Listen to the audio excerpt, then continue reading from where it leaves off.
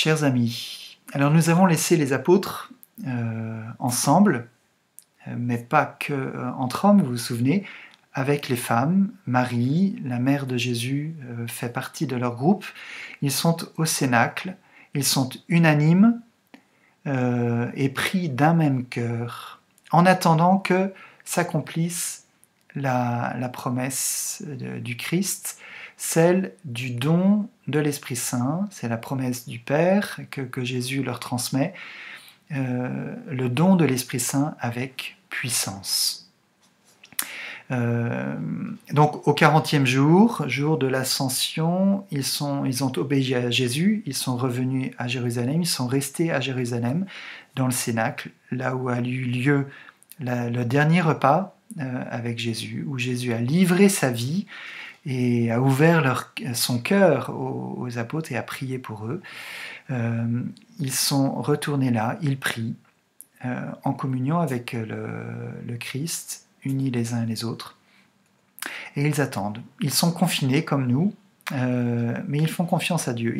Ils obéissent à Dieu en sachant que Dieu va répandre sa grâce et va répondre à leur attente, au-delà de leur attente, en quelque sorte.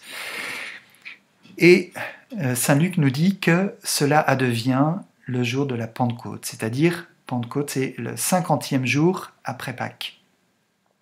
C'est la fête de Pentecôte qui, avant d'être une fête chrétienne, est une fête juive. Les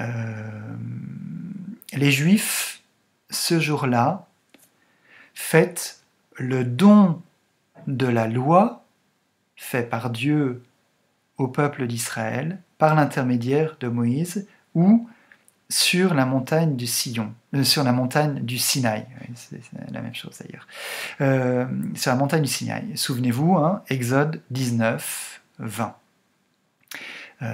Il fête ce moment extraordinaire où Dieu est venu à la rencontre des hommes, leur a parlé et leur a laissé des paroles de vie qu'on appelle les commandements, qui sont tout un programme pour leur permettre d'apprendre à faire le bien, à renoncer au mal, en faisant le bien pour être saint comme Dieu est saint, pour ressembler pleinement à Dieu, puisqu'ils ont été créés à son image et à sa ressemblance. Donc, Dieu a donné ces 10 commandements, toutes ces paroles, pour permettre au peuple de se sanctifier. Aucun autre peuple n'a connu cela. Donc les Juifs, au jour de Shavuot, fêtent tout cela. Mais ils ne fêtent pas, comme on l'a déjà dit, ne fêtent pas seulement un événement qui est lointain, qui s'est passé il y a longtemps dans le passé, mais ils savent que mystérieusement, ils rejoignent tous ceux qui l'ont vécu il y a plusieurs siècles, et ils vivent cet événement, ils le vivent d'un seul cœur avec toutes les générations qui se sont déjà écoulées. Et ils savent que Dieu renouvelle la grâce de ce don de la loi en chacun d'eux. Une grâce donc présente, mais ils sont aussi tournés vers l'avenir puisque Dieu a fait une promesse immense et ils attendent la réalisation de cette promesse. Et donc, au jour de Shavuot, ils prient pour que cette promesse s'accomplisse le plus vite possible. Et quelle est cette promesse ? Eh bien, vous vous souvenez, lorsque le Messie arriverait, il savait que cela s'accompagnerait d'un don extraordinaire, celui de l'Esprit Saint. Dieu donnerait l'Esprit qui l'habite aux hommes et leur permettrait de recevoir sa propre loi à lui dans leur cœur. Enfin, la loi de Dieu serait inscrite dans leur cœur. Ils auraient la force de faire ce qui est bien. Alors, voilà ce que fêtent les Juifs et ce pourquoi les Juifs prient à Shavuot. Je vous relis le passage de Zacharie 36 qui redit cette grande promesse de Dieu. « Je vous donnerai un cœur neuf, et je mettrai en vous un esprit neuf. J'enlèverai de votre corps le cœur de pierre, et je vous donnerai un cœur de chair. Je mettrai en vous mon propre esprit. Je vous ferai marcher selon mes lois, garder et pratiquer mes coutumes. Vous serez mon peuple, et je serai votre Dieu. Une petite parenthèse, quand nous relisons cela, nous qui sommes passés par le baptême, par la confirmation, eh bien, nous voyons bien combien cela nous touche, nous aussi, parce que nous voyons que ce que l'Esprit Saint nous a donné doit encore grandir en nous. Et nous avons soif, nous aussi, d'un cœur neuf, d'un esprit neuf, que notre cœur de pierre, qui est si difficile à bouger et à faire aimer, se change en un cœur de chair, un cœur humain et pleinement divin aussi. Nous avons soif de cette promesse de l'Esprit Saint. Voilà ce dont les Juifs avaient soif ce jour de Shavuot, le jour de la Pentecôte. Alors, que se passe-t-il? Les apôtres sont en prière et tout d'un coup,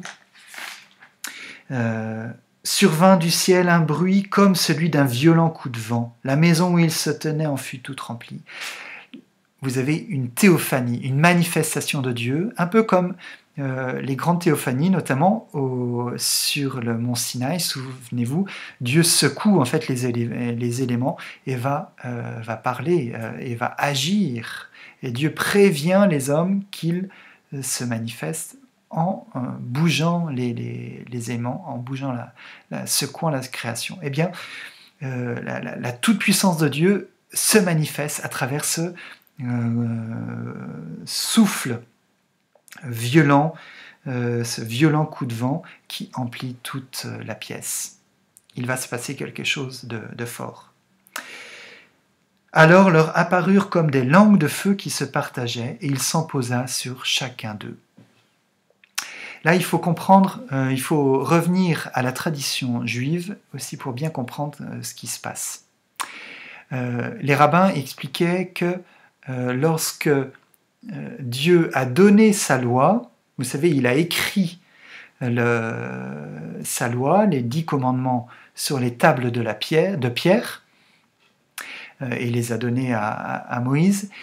Et comment est-ce qu'il a écrit? Eh bien, il a écrit en lançant des langues de feu, des lampes de feu, comme des étincelles, et ces étincelles ont inscrit, ont gravé dans la pierre les commandements, les paroles de vie. Eh bien, ici, vous avez ces langues de feu, ces lampes, qui sont envoyées sur les hommes, chacun en reçoit une, et vient faire en eux quelque chose de plus fort que simplement de graver la loi sur des tables de pierre, elle vient graver sa loi, c'est-à-dire sa volonté, sa présence, dans le cœur de ces hommes qui sont profondément bouleversés. Ils furent tous remplis d'Esprit Saint. Ils sont remplis d'Esprit Saint. Souvenez-vous de la Vierge Marie, l'ange lui dit « L'Esprit Saint va venir sur toi ». La Vierge Marie est remplie d'Esprit Saint au moment de la conception de son fils. Élisabeth est remplie d'Esprit Saint, Jean-Baptiste est rempli d'Esprit Saint. Vous voyez déjà, avant la naissance de Jésus, on voyait une multiplication de l'Esprit Saint qui se donnait aux hommes. Et bien là, vous avez une amplification de cette œuvre. L'Esprit Saint se donne aux apôtres. Et les apôtres, ce sont des gens normaux, hein, ce ne sont pas des grands prêtres, des grands prophètes. Ce n'étaient pas des flèches, hein. Ils n'avaient pas tout compris de ce que Jésus leur avait dit, ils n'avaient pas été capables d'être fidèles à Jésus, il leur manquait beaucoup de choses. Et bien là, les apôtres sont remplis d'Esprit Saint. Ils n'en étaient pas dignes, ce n'est pas un fruit de leur dignité, de leur vertu, mais c'est un don gratuit qui vient leur être accordé. Et ils se mirent à parler d'autres langues, Ah, ça c'est pas mal. Pas mal du tout. Bon, on comprend que pour l'Esprit Saint, rien ne soit impossible. Là, ça s'appelle la glossolalie. Ils parlent des langues qu'ils ne connaissent pas. Et ça, c'est toujours possible. Je me souviens d'un frère qui devait faire un long trajet en stop parce qu'il n'avait pas d'argent.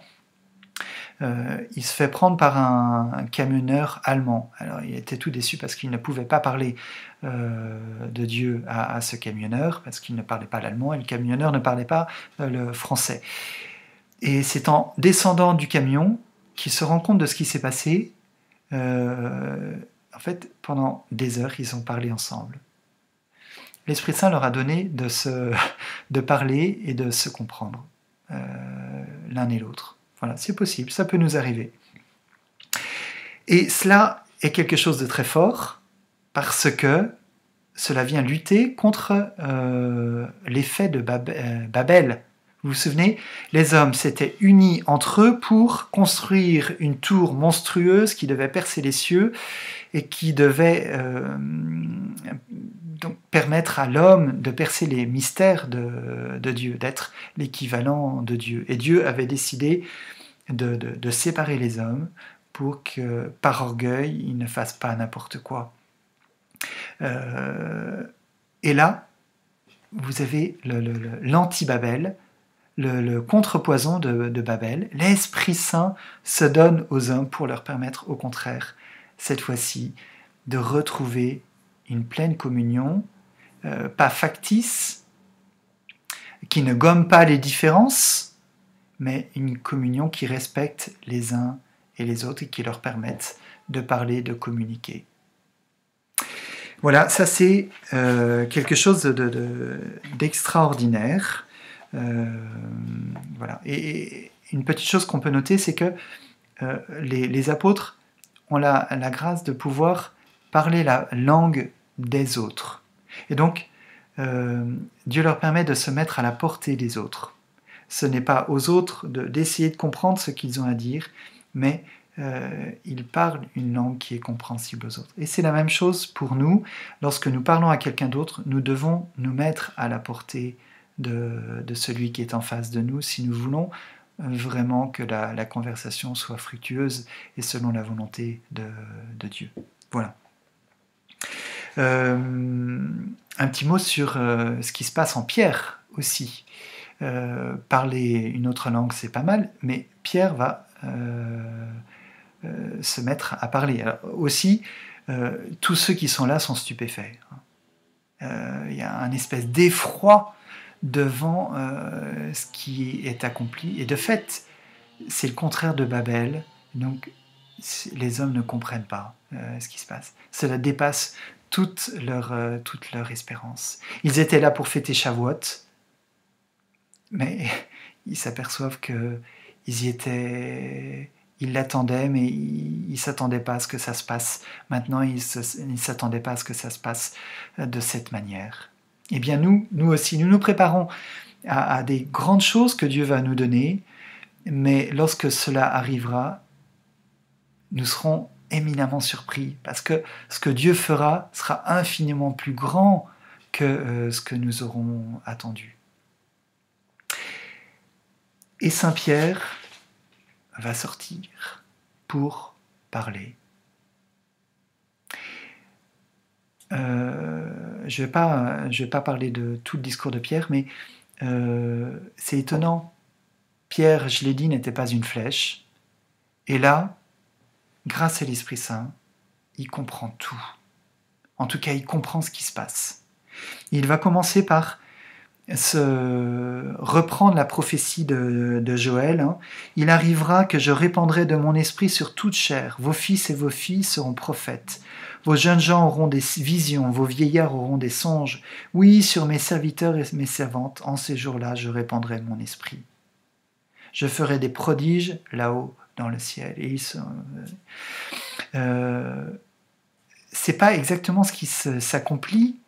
Les jeunes gens, les vieillards, non, il y a les apôtres qui sont remplis de l'Esprit Saint, mais Saint Pierre comprend grâce à l'Esprit Saint que cette prophétie s'accomplit. Et lorsque on entend Saint Pierre nous dire cela, eh bien on peut se dire, il comprend cela et donc ça va se réaliser. Joël va se réaliser pleinement. Et pas seulement chez ses apôtres, mais aussi dans le cœur de tous ceux qui le voudront. Voilà. Alors grandissons dans ce désir et à bientôt.